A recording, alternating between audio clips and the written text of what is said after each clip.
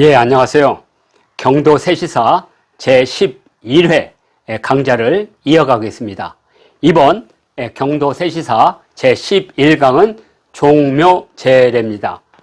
전체 강좌로는 11강이고 경도 세시사 40수로 본다면 9번째 구수가 되겠습니다. 자, 오늘 하게 되는 종묘제례, 이게 종묘제례, 이곳은 영령전이고요. 자, 지금 이곳은 종묘 정전에서 현재 제례를 지내는 모습입니다. 자, 이렇게 보면 종묘 정전에서 가장 경건하고 엄숙하면서 종묘의 모습을 가장 잘 보여준다는 회랑입니다. 그리고 종묘에는 바로 이 앞에 있는 월대, 정전의 월대를 가장 엄숙하고 장엄한 건물로 지금 보고 있습니다. 자, 오늘은 이 종묘 제례에 관한 9번째 시입니다. 제에 대한 소개는 이것으로 가름을 하고요. 자, 제9수 종묘 제례입니다. 자, 읽어보면 춘추 전할 매년동 돈하문 개 어기통 천망 우모 인사해 담은 황토 기정홍. 그래서 춘추 봄 가을에 전알 능묘나 종묘 문묘 등을 참배하는 것을 전알이라고 합니다.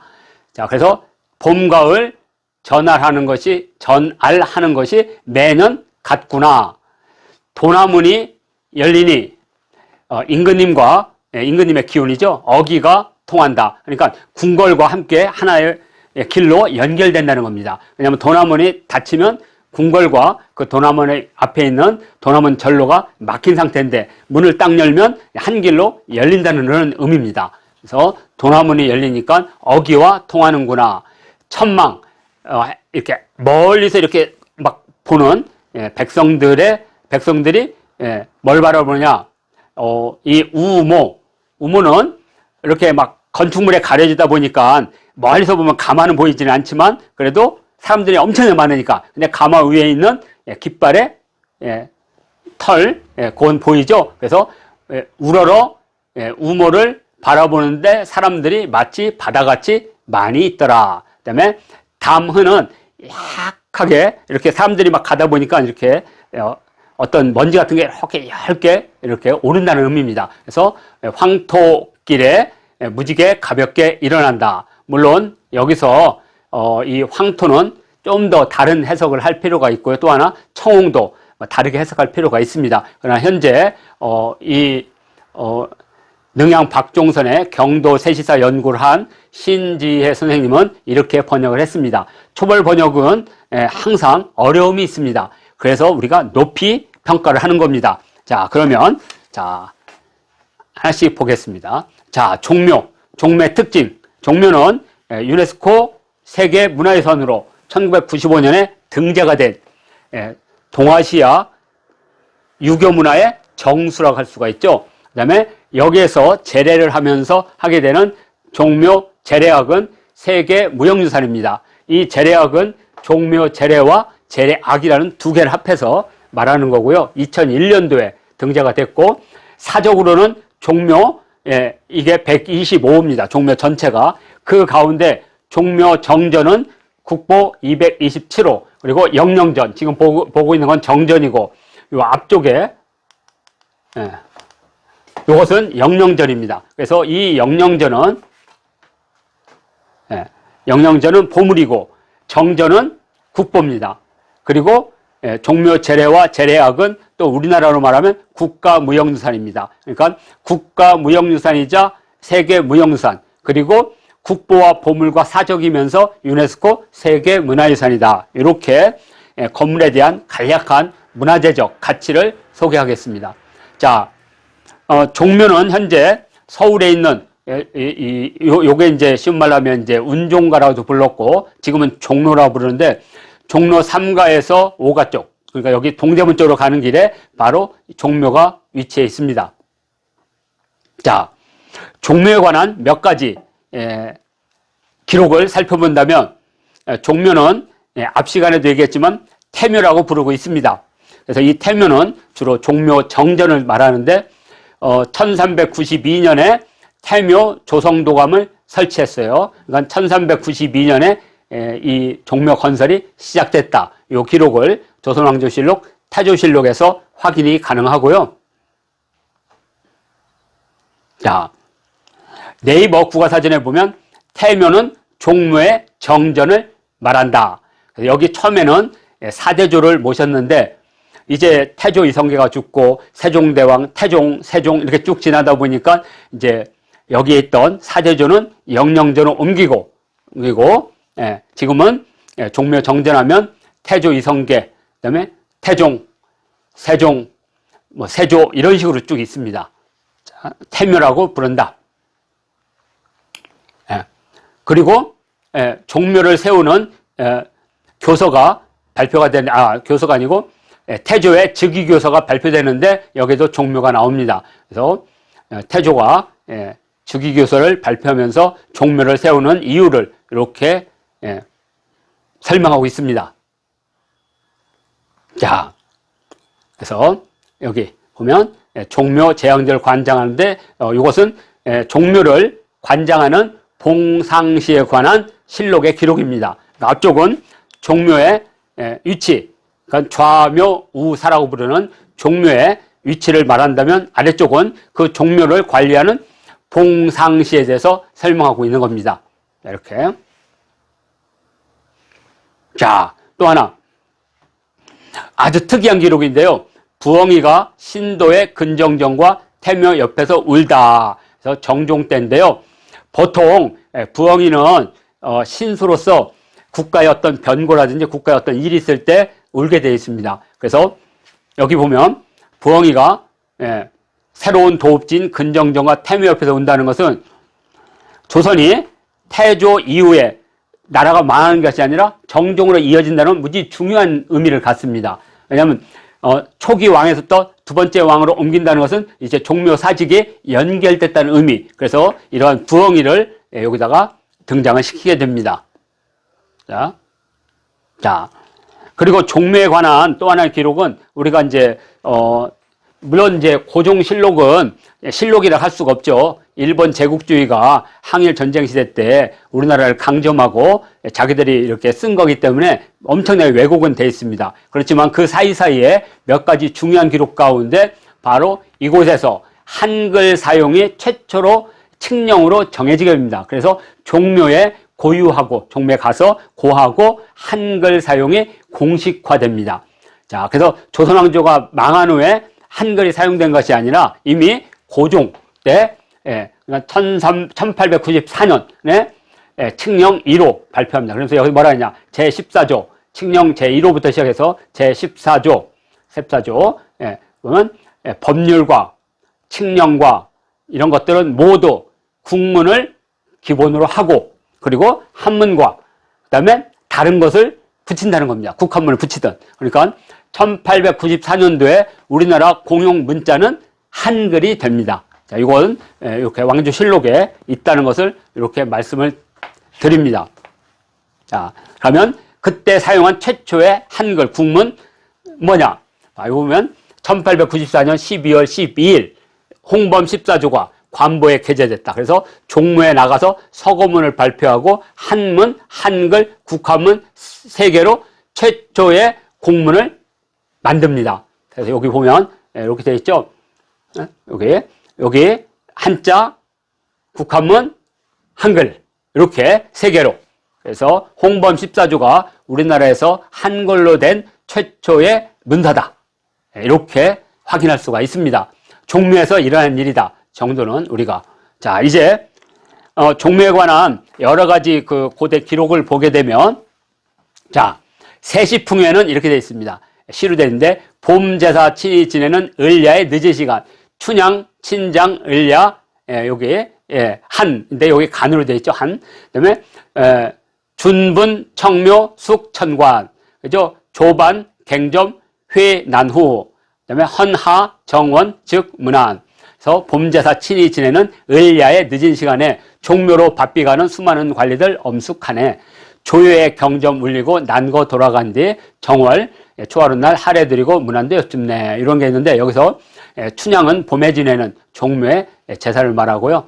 종묘, 그리고 을야는 가불병정 이렇게 해서 5개로 나누는데 그 중에 이제 두 번째 시간, 그러니까 저녁 9시에서 11시가 되겠습니다. 경점은 1경부터 5개, 그러니까 가불병정, 무, 이렇게 가불병정, 무시까지 있는 것을 1경, 2경, 3경, 4경, 5경으로도 표시합니다. 그래서 경점을 올리고 나서 매경을 알릴 때 북을 치고 점을 알릴 때는 징을 쳤다 이런 뜻이고요.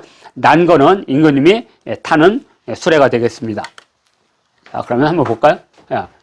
여기 향은 제사 지낸다는 뜻이고 을야는 가불병정 무시 가운데 두 번째 시간, 그러니까 7시에서 9시, 9시에서 11시니까 9시에서 11시가 되겠고요. 그래서 을야시는 9시부터 11시가 되겠고, 경점은 제1경부터 5경, 그러니까 지금 을야시는 제2경이 되겠습니다. 19시부터 21시가 1경, 21시부터 23시가 2경, 그러니까 을야는 2경이 되겠습니다. 이렇게. 자, 이제 경도 세시사 하나씩 살펴보겠습니다. 자, 춘추전할 매년동, 도나문계, 어기통, 천망, 우모, 인사해, 담은 황토, 기정황 이렇게 되어 있고요. 자, 지난번 사직 귀곡지 할 때 설명했는데요. 태사는 사직단, 태묘는 종묘 정전, 태학은 성궁관이다. 이게 조선시대 때 요 3대 태자가 들어가는 기관을 이렇게 표시했다. 이렇게 되어 있고, 자, 제1구부터 보겠습니다. 자, 춘추는 봄과 가을이라는 뜻도 있지만 1년, 해마다라는 뜻도 갖고 있고 또는 나이. 그래서 여기는 1번으로 해석을 했습니다. 그래서 봄, 가을에, 그 다음에 전알은 궁궐이나 종묘나 문묘나 능침을 참배하는 것을 전알이라고 합니다. 그래서 봄과 가을에 전알하는데 매년 같구나. 그죠? 이렇게 돼 있고요. 자, 승정원 일기에 보면, 이런 말이 있습니다. 요게, 영조 20년, 1744년입니다. 그래서 그때까지는 춘추 전할이란 말이 없었습니다. 이때 처음으로 춘추 전할의라는 것을 만들어서, 춘추 전할의라고 만들어서, 어떤 규정을 만들었죠. 그리고 그때부터 이때를 춘추 전할이라고 했으니, 이 전할은 영조 이후의 기록이라는 걸 알 수가 있죠. 왜냐하면 현재 요 기록은 정조 때니까 바로 전알이라는 단어가 등장함으로써 이것이 어떤 한 시대를 표시하는 이 단어의 나이가 되겠습니다. 그러니까 전알의 나이는 1744년에 태어났다 이렇게 보시면 되겠습니다. 자, 그다음에 도남은 개. 도남은 열렸다는 거죠. 창덕궁의 정문이고 1412년에 건축됐지만 임진왜란 때 소실된 후에 다시 1608년도 그러니까 결국에는 이제 이 선조가 의주에서 임진왜란 때 피했다고 와서 그때 이제 다시 건축해서 1608년이니까 이 기록은 1608년 이후에 쓰여진 시라는 걸 금방 우리가 확인할 수가 있습니다. 그리고 그 도남문 아래 이렇게 어기가 통했다는 것은 바로 그 도남문 전로와 도남문 사이가 그러니까 창덕궁이 하나로 연결됐다는 뜻입니다. 도남문이 열림으로써 어기가 통했다는 그런 의미로 받아들입니다. 조선 후기 대표적 한양의 중심거리가 되겠습니다. 자, 그래서 여기 보면 1412년 처음으로 도성의 좌우편 행랑이 완성이 됐다. 그리고 진선문 남쪽에 누문 5칸을 세워서 돈하문이라고 이름하였다. 조선 전기에는 광화문 앞에 육조대로라고 부르는 광화문 앞이 가장 핫한 뜨거운 중심지였다면 이제 임진왜란 이후에 조선의 후기는 바로 돈하문 앞에가 되겠습니다. 그리고 근대 이후에는 오늘날 덕수궁 앞에, 그러니까 지금 서울특별시청에 있는 그곳이 조선의 가장 번화했던 거리다. 이렇게 이해하시면 되겠습니다. 자, 3구입니다. 자, 여기 천망, 우러러 바라보다는 거죠. 행차 바라보는 백성 바다 같아서. 그래서 우모라는 거 뭐냐면, 군주의 깃발 위에 이렇게 깃대 장식이 털로 되어 있습니다. 그걸 우모라고 합니다. 그리고 사해는 인산 인해와 같은 사람이 많다. 자, 그런데 이걸 보면 이런 겁니다. 자, 정기, 비단 깃발의 끝을 새 깃털로 장식한 깃대를 정기라고 하는데 어떤 거냐? 바로 이런 겁니다. 요 깃발 위에, 깃발 위에 이렇게 새 깃발 이렇게 꽂았죠? 그래서 이것을 바로 우리는 우모라고 부르고 있습니다. 자, 이제 사수입니다. 사수인데 이게 참 해석이 분분할 수가 있는데, 왜냐면, 보통 이제 창덕궁에서 종묘로 가려면, 이제 종로 3가에서 왼쪽으로 가면, 동대문이 되겠고, 이제 오른쪽으로 가면 이제 서대문이 되겠죠. 도남문이. 그래서 이제 그쪽으로 쭉 갑니다. 가다가 이제 육조거리 앞에 오면, 오른쪽으로 꺾게 됩니다. 오른쪽으로 꺾여서 지금의 세종문화관 쪽으로 쭉 가면 그것이 바로 이 사직로고 도남문에서 왼쪽으로 딱 꺾이면 뭐가 되냐면 꺾이면 바로 종묘가 있습니다. 그러니까 무지 이렇게 종묘 찾기는 쉽지 않을 겁니다.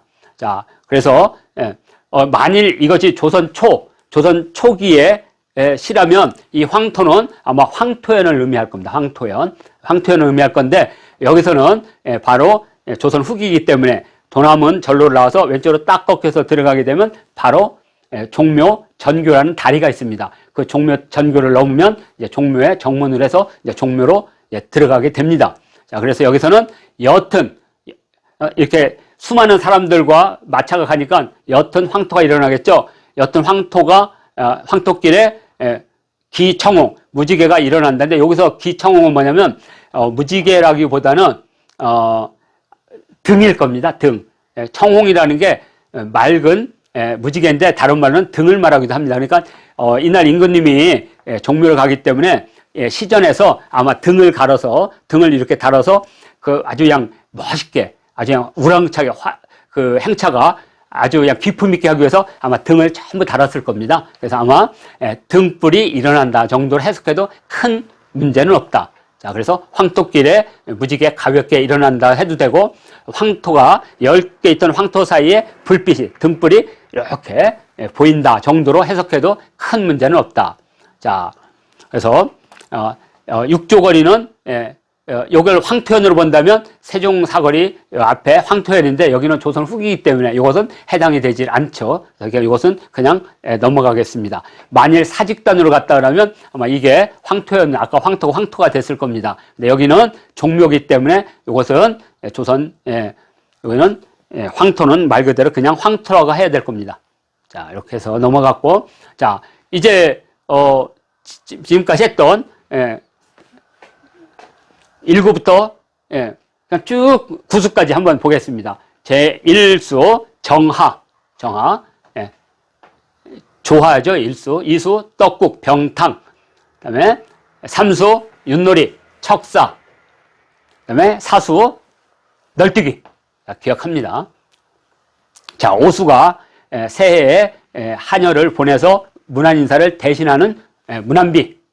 자, 6수는 머리카락 태우기. 그래서 연병, 질랄병이죠. 우리가 장티푸스라는 연병을 막기 위한 하나의 방편으로서 머리카락 태우기가 있었고, 7수는 신발 숨기기. 이것은 우리 이 청막, 그러니까 여윈, 우리 말하면 야광기라고 하죠. 그 야광기를 막기 위해서 신발을 숨기는 풍습.